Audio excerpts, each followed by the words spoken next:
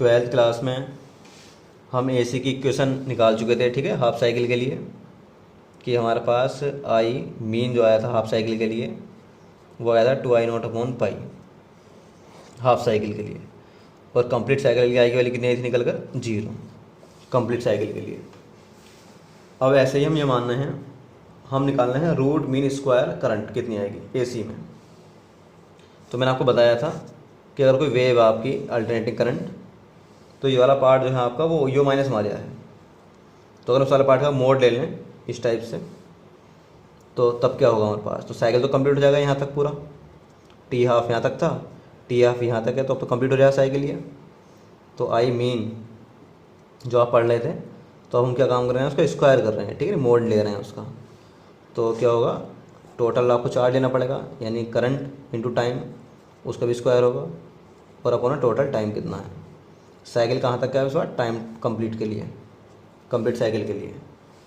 तो आई का फॉर्मूला हमने पढ़ा हुआ है, क्या होता है, I equal I0 sine omega T इसका स्क्वायर और इंटू डी टी, ऐसी डी टी कंडीशन कितना रहेगा, टी लिमिट जाएगी 0 से लेकर कैपिटल टी तक।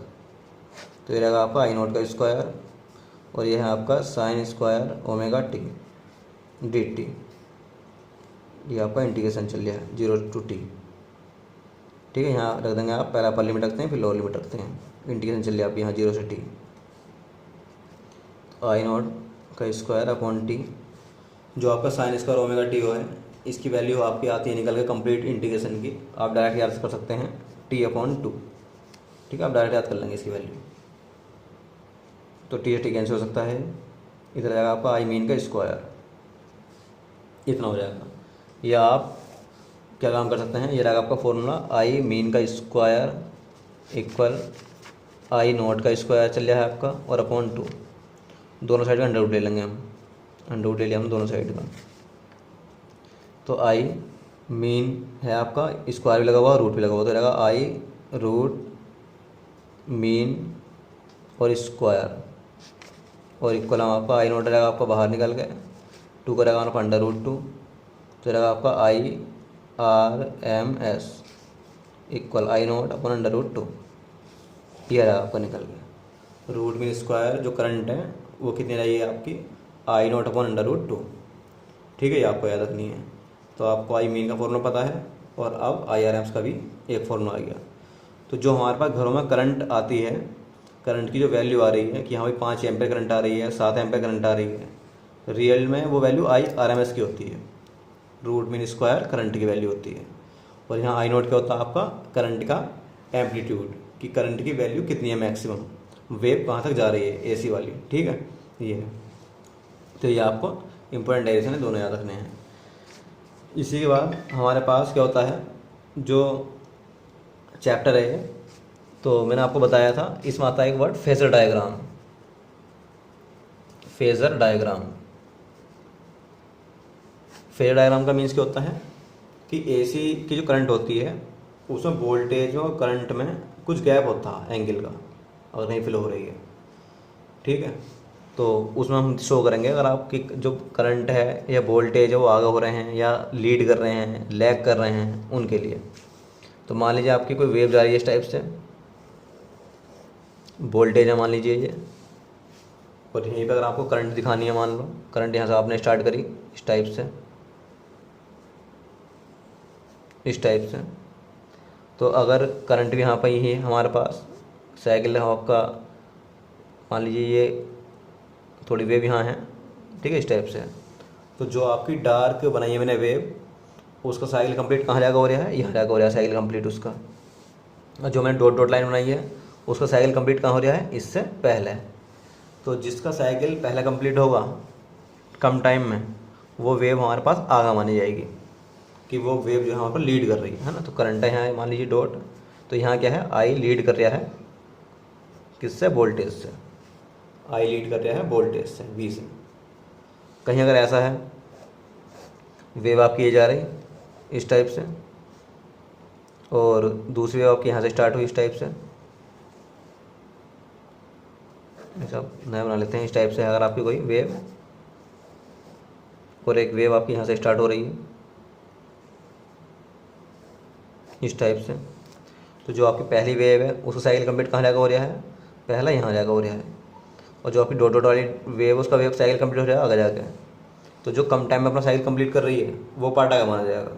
तो जो डार्क वाली लाइन है वो हमारे पास वोल्टेज लेकर चल रहे हैं, जो डॉट वाली लाइन है वो करंट लेकर चल रहे हैं।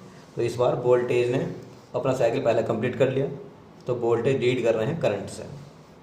तो इस ग्राफ में क्या हो रहा है, वी लीड कर रहा है हमारे पास करंट से, जो वोल्टेज हैं वो लीड कर रहे हैं करंट से। ठीक है, ये कोई ग्राफ नहीं, कैंसिल है, ऐसा हो जाएगा।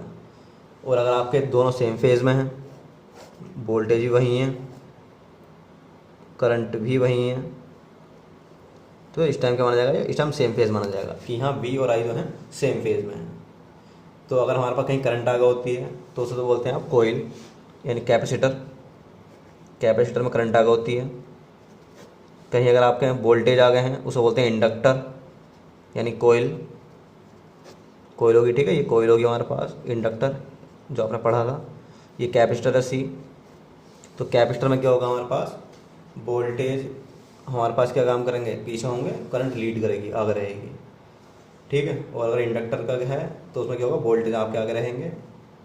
और अगर आपका रेजिस्टेंस है, रेजिस्टेंस आर, तो उसमें वी और आई होते हैं सेम फेज में, चाहे वो एसी हो चाहे वो डीसी हो। तो रेजिस्टेंस के लिए जो आपके वोल्टेज हैं और करंट हैं वो सेम फेज में हैं। इंडक्टर के लिए आपके जो है वोल्टेज लीड कर रहे हैं करंट से, आई से, और कैपेसिटर में आपकी करंट लीड कर रही है वोल्टेज से, आगे रह रही है। ठीक है, तो इसको आप याद करने की ट्रिक ये है कि आप ऐसे याद कर सकते हैं, L C R V I R. Inductor में वोल्टेज आ गए हैं, करंट आ गए हैं कैपेसिटर में, रेजिस्टेंस में कोई भी आगे नहीं है। ठीक है, एक एल सी आर लिखो, उसके नीचे वी आई आर लिखो, ओम्स लॉ होता है इस टाइप से। इंडक्टर में वोल्टेज आ गए हैं, कैपेसिटर में करंट आ गए हैं, और रेजिस्टेंस में दोनों सेम है, वी और आई, ये आपको याद होना है।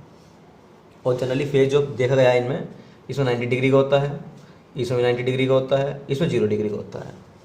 इंडक्टर में जो फेज एंगल है वो 90 डिग्री है, कैपेसिटर में फेज एंगल 90 डिग्री है, और रेजिस्टेंस में 0 डिग्री है फेज एंगल। तो ये भी आपको पढ़ लेना है। और जो आपका सिलेबस है हाफ अर्ली के लिए, कंप्लीट वॉल्यूम है भी, जो आपका कंप्लीट वॉल्यूम है फर्स्ट। ठीक है, और इलेक्ट्रॉनिक्स जो मैंने आपको कराई थी पहले, तो ये सब चीज़ आएंगी, तो इनके आप रिवीजन करते रहेंगे अपना। और एक दो दिन में मैं भी रिवीजन स्टार्ट करा दूँगा वीडियो में भी, तो आप जो पहले चैप्टर है उनका करते रहेंगे अच्छे से तैयारी। इसी टाइप से कुछ हमारे पास अदर कंसेप्ट होता है इसी चैप्टर में, कि जैसा आपने रेजिस्टेंस के लिए पढ़ रखा है Ohm's law, V equal I R, ये ओम्स लॉ पढ़ रखा आपने रेजिस्टेंस के लिए, 10th में पढ़ा था आपने। ऐसे ही जो इंडक्टर होता है उसके लिए ओम्स लॉ होता है आपका वी इक्वल आई एक्सएल, ये आपको याद रखना है। आई करंट है और एक्सएल जो है वो इंडक्टर का रेजिस्टेंस है, इंडक्टर का एक्सएल, और इसका आपको नाम याद कर लेना है, इंडक्टिव रिएक्टेंस। ऐसे अगर आपका कैपेसिटर है तो उसमें होया करेगा आपका वोल्टेज में और रेजिस्टेंस में रिलेशन ये V equal to I X C. तो जो आपका ये एक्स सी है ये रेजिस्टेंस का वर्क कर रहा है कैपेसिटर के लिए, और इसका नाम होता है हमारे पास कैपेसिटिव रिएक्टेंस। ठीक है, ये आपको फॉर्मूला याद कर लेना है। तो इंडक्टर के लिए V L equal I x L, आप ऐसे याद कर सकते हैं इसे, और इसे याद कर लेंगे V C equal I X C. और ओम्स लॉ का तो आपको पता ही है, वी इक्वल आई आर, ये है। एक्स एल के भी फॉर्मूला होता है हमारे पास, ये भी आपको याद कर लेना है आज ही, X L equal omega L, इसकी ज़रूरत पड़ेगी हमें। ऐसे ये होया करेगा एक्स सी इक्वल 1/ओमेगा सी। ठीक है, रिएक्टिव इंडक्टेंस का फॉर्मूला क्या है, x L equal omega L, omega यहाँ पे एंगुलर फ्रीक्वेंसी होती है, एल इंडक्टेंस होता है, और एक्स सी का फॉर्मूला होता है 1/ओमेगा सी। ओमेगा आपकी वही रिएक्टेंस है या एंगुलर फ्रीक्वेंसी है, और सी आपकी कैपेसिटेंस है। तो आज आप इन्हें देख लेंगे, बाकी नेक्स्ट वीडियो में देखेंगे।